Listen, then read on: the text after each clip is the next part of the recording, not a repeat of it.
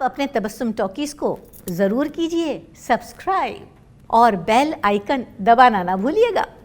आदाब, नमस्कार, सत श्री अकाल। दोस्तों, मैं हूं शशांक गोविल, आपकी अपनी तबस्सुम जी का बेटा, और आप देख रहे हैं Tabassum talkies.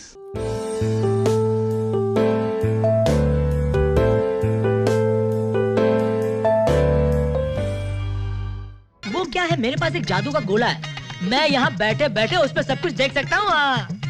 Shut up, shut up, shut up. Shut up का भाव नहीं, ये बताओ आज का मिर्ची का क्या भाव है? दोस्तों, आज जिस एक्टर की बात मैं करने वाला हूं, उन्होंने थिएटर किया, फिल्में की और कई टीवी सीरियल्स भी किए। उनका एक सीरियल बहुत कामयाब रहा जो आज तक चल रहा है, लेकिन फिल्मों में उन्हें कोई कामयाबी नहीं मिली। वो फिल्मों में छोटे छोटे रोल्स करते नजर आए, और वो हैं the very talented Dilip Joshi.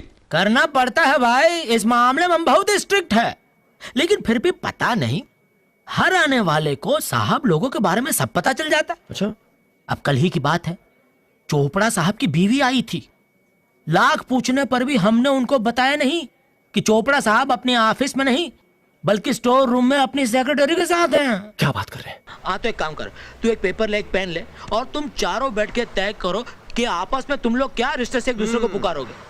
क्या घर के अंदर अंधेरे में एक दूसरे को माँ बाप भाई जो भी बोलना है बोलो, हमको कोई टेंशन नहीं है। करेक्ट। लेकिन घर के बाहर पैर रखा, you have to be very clear, क्योंकि हम संस्कारी लोग ये सब नहीं चलाएंगे भाई। 26 में 1968 में पैदा हुए थे दिलीप भुवनेश्वर में, जो मुंबई में है, एक गुजराती परिवार में। उनके पिता का नाम है रमन जोशी, और रमन जी को हिंदी फिल्मों का बहुत शौक था। खास तौर पे वो दिलीप कुमार साहब के फैन थे, इसलिए उन्होंने अपने बेटे का नाम रखा दिलीप। दिलीप की मम्मी का नाम है दीपा जोशी और वो एक हाउसवाइफ है। दिलीप ने अपनी स्कूलिंग की Saint Sebastian Goan High School से, जो मुंबई में है, और अपनी बीकॉम की पढ़ाई की हिंदुजा कॉलेज से, जो मुंबई में है। बचपन से ही दिलीप को एक्टिंग का शौक था, इसलिए महज 12 साल की उम्र में उन्होंने थिएटर ग्रुप ज्वाइन कर लिया और उसमें कई प्लेस किए। दिलीप कहते हैं कि 12th में वो फेल हो गए थे क्योंकि उनका कंसंट्रेशन थिएटर्स में ज्यादा था। इसके बाद उन्होंने पढ़ाई छोड़ दी और थिएटर पे पूरा फोकस किया, और साथ ही साथ पृथ्वी थिएटर ज्वाइन कर लिया और कई प्लेस किए, और एक्टिंग को ही अपना प्रोफेशन बनाने का फैसला कर लिया। दिलीप ने बहुत स्ट्रगल की, बहुत मेहनत की, और उनकी मेहनत रंग लाई 1989 में, जब उन्हें एक फिल्म मिली बहुत बड़े बैनर की, यानी राजश्री प्रोडक्शंस की, और उसमें दिलीप का एक छोटा सा रोल था, रामू का, एक हाउस हेल्प का। फिल्म का नाम था मैंने प्यार किया, जो आई थी 1989 में, और ये सलमान खान की पहली हिट फिल्म थी। राम जी, श्याम जी, ये काम धाम छोड़कर बाल को धार और मुंह पर चुना क्यों लगाया जा रहा है? Don't disturb, don't disturb. हमारे यहाँ के नौकर इंग्लिश बोलते हैं, लेकिन मेरे भाइयों मुझे बताइए तो सही, ये किसके लिए श्रृंगार चल रहा है? वो आने वाली है ना? हाँ। मैंने प्यार किया सुपर हिट फिल्म थी, लेकिन इस फिल्म से दिलीप को कोई फायदा नहीं हुआ। अलबत्ता उन्होंने कई गुजराती फिल्मों में काम किया, और उनकी पहली गुजराती फिल्म आई थी 1992 में।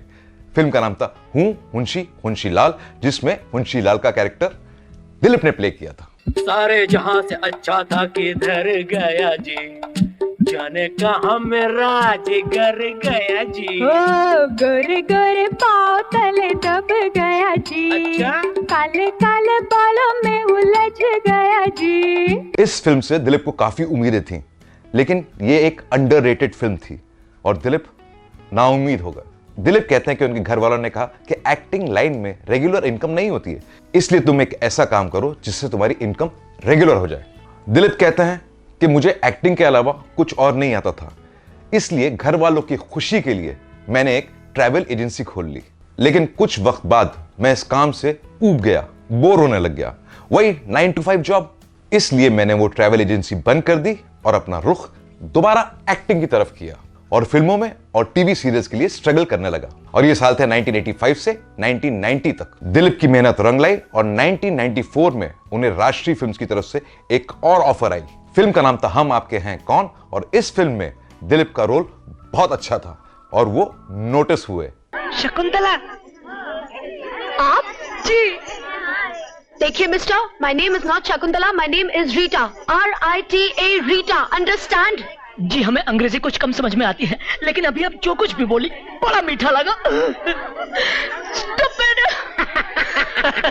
इस फिल्म में दिलीप नोटिस हुए और ये फिल्म सुपर डुपर हिट थी, और इसके बाद उन्होंने कई और फिल्में साइन कर ली, जैसे खिलाड़ी 420, फिर भी दिल है हिंदुस्तानी, 1 2 का 4, दिल है तुम्हारा और हम राज। देखिए भैया, हमारी कंपनी का रूल है, बाहर के आदमी को साहब लोगों के बारे में कुछ नहीं बता सकते, इसलिए सर हम आपको नहीं बता सकते कि सिंघानिया साहब को हमने 20वें माले पर छोड़ा है।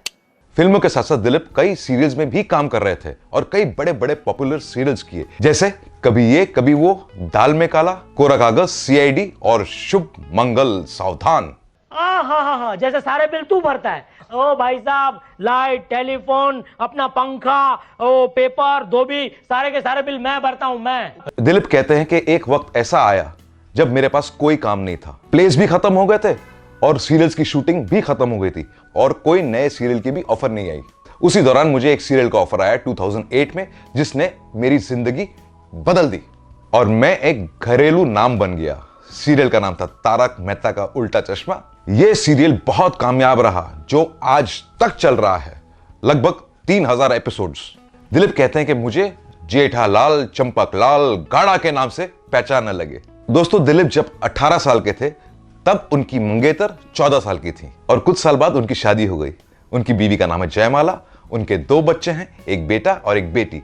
बेटे का नाम है ऋत्विक और बेटी का नाम है नियति, और नियति की शादी रिसेंटली हुई है। आजकल दिलीप तारक मेहता का उल्टा चश्मा में बहुत बिजी हैं और अपनी फैमिली के साथ मुंबई में रहते हैं और कहते हैं कि आज मैं जो कुछ भी हूं सिर्फ अपनी फैमिली की वजह से हूं। मेरी जिंदगी में बहुत उतार चढ़ाव आए, अगर मेरी फैमिली का सपोर्ट नहीं होता तो मैं आज कुछ भी नहीं कर पाता।